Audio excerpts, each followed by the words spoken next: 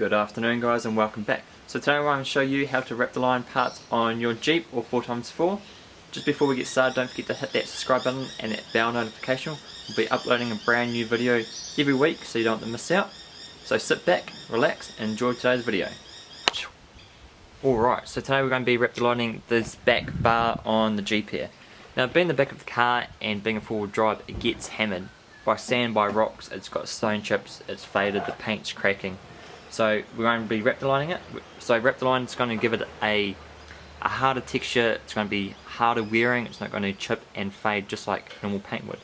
Now you could go along and paint it gloss black or whatever colour your car is to match it in.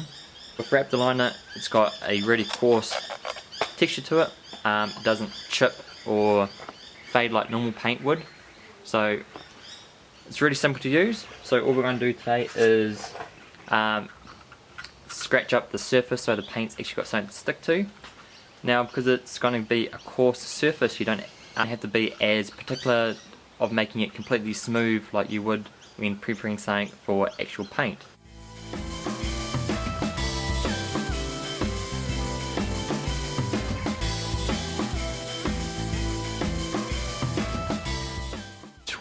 Alright, so I had to change it up a bit because at some point in its life someone's probably tried to repaint this with like a spray can or something. So there's a couple different layers of paint. So I had to pull out the big guns. I had to get a piece of sandpaper. I had to get a piece of sandpaper that's actually from an old industrial belt sander to get it nice and flat. And best thing about it is it's really coarse, so it's going to give it a nice base for the wrap the liner to stick to. So that's all sanded down, that's looking good. It's looking nice and coarse. I've got up in all these cracks here, gone into all the little nicks and crevices that I want to get the paint into, that I want the paint to actually stick to. So now we're going to mask everything up. Just mask everything up that you don't want to get painted. It's not a big deal because the fuel tank is kind of quite a coarse finish to it anyway, but it's mostly the bodywork that's got a gloss black paint that I don't want that to get to. So let's get to masking it up, then we can get to painting. Simple as that.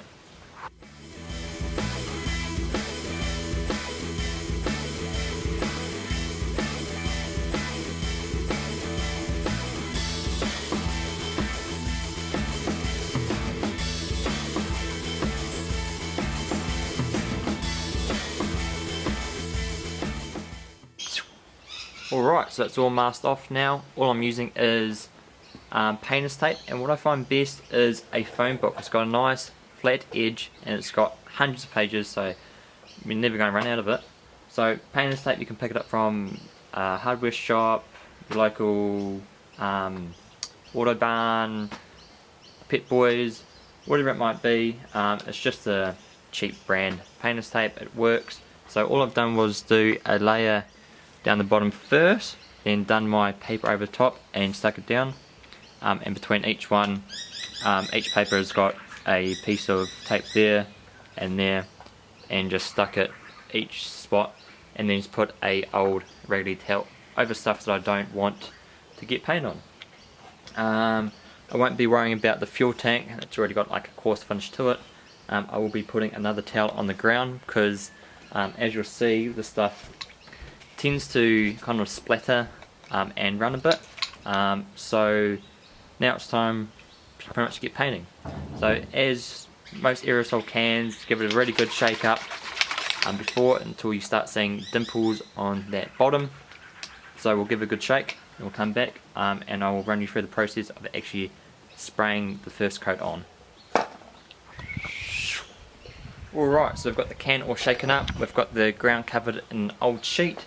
Really recommend keeping old sheets for painting. They come in so handy, especially a fitted sheet, you can wrap them around stuff. So, with this stuff, I would recommend having an old cloth on you. So when you paint with this stuff, the nozzle of it tends to get clogged up and drip. I'll show you as we're painting it. So when it does that, just get the cloth and just wipe the nozzle, and then also once you've done your first coat, turn the can upside down and empty all the, you just empty a little bit and get all the old paint of the actual nozzle of the canister, so it doesn't dry up and block it and make it hard for you to paint later on. So all you want to do is, well shaken up, don't hold it down too long. If you hold it down too long, it gets like gluggy, it gets like a fat mist. You want a nice thin mist to get a nice light coat, just like painting, well, with aerosol cans, sort of same thing. But if you hold it down too long, you get like a fat mixture. I'll show you over here so you know exactly what I'm talking about, so you don't do it. So if you hold it down too long, you get like you get that. So you want a nice mixture like that, so you get a nice even coat. And then see on that nozzle how it's got a little bit of paint there. You want to wipe that off so it doesn't dry. So it's pretty easy, just a couple of things to be mindful of. Nice easy coat, don't hold the nozzle down or you get that fat gluggy spray which you don't want. So that's pretty much it. So I'm going to do a nice light first coat. Let's see how that turns out.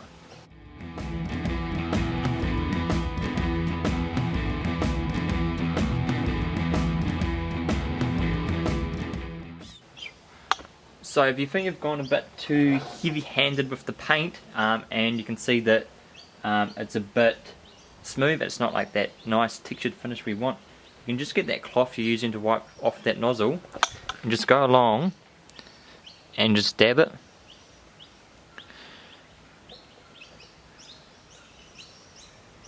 That way you're going to get a little bit of a textured finish, and then when it's a little bit dry you can do a nice coat over top to give it a nice crinkled look again.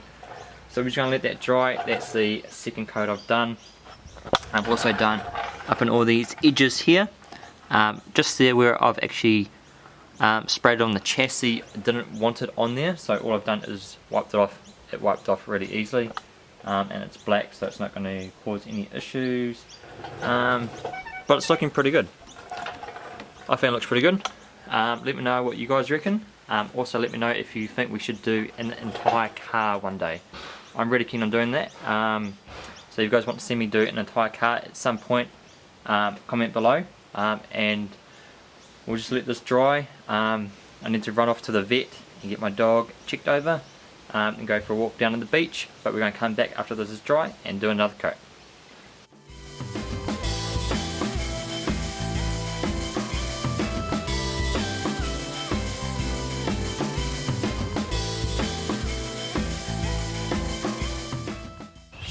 Alright, so it's completely finished now. I've done 2 other coats since I've been back, and it looks so good. Look at that nice wrinkled finish compared to what it was before. So I'll do a quick before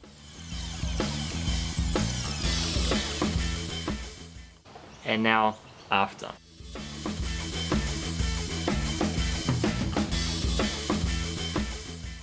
Massive difference for about a 3-hour job, and the can of paint was $27 plus $2.50 for the masking tape, and a phone book gets delivered for free. So all up, I'm super happy with that. It's going to be a lot more durable and last a lot longer than actual paint. And because you don't have to be that pedantic when actually sanding it down, you can use a nice rough coarse sandpaper. If you're not very good at painting or you're not that confident like myself, if you stuff it up, nobody's going to really notice because it's supposed to be a wrinkled kind of rough finish anyway. So I reckon it looks pretty damn good. Let me know what you guys reckon, and if you think we should do an entire car at some point. Really want to do maybe an XJ or maybe another TJ. Let me know what you guys reckon. So that's it for today. I hope you guys liked this video. I hope I've taught you something, and you guys can do a couple parts in your car to make it look a little bit different, and make it a little bit long lasting on your 4-wheel drive. So thank you again for watching. Don't forget to like, subscribe, and I'll see you next week.